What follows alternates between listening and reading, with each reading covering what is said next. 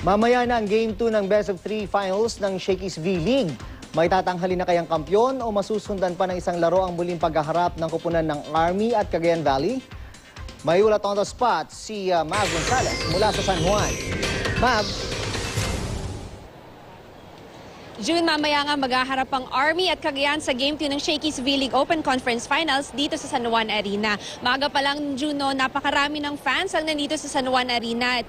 Itong Shakey's V-League Open Conference ay best of 3 series. Nakauna nga ang Army sa Game 1 noong Webes, 3-1. At doon sa huling set nila, 25-5 ang score. At yun na yung pinakamababang scoring output sa isang championship game sa kasaysayan ng V-League. Pero ngayon, susubukan ng Cagayan na paabutin ng Game 3 ang serye. Mamaya, abangan natin yan, June, ang MVP ng conference na si Rachel Andakis at iba pang veterano ng Army na sila Jovelyn Gonzaga, MJ Balse, Nene Bautista at Michelle Carolino na pawang pinangalanan na ring MVP dati. Kailangan naman daw pagbutihin ng Cagayan Rising Suns ang depensa at reception nila, lalo't sila yung itinuturing na underdog sa final series na ito.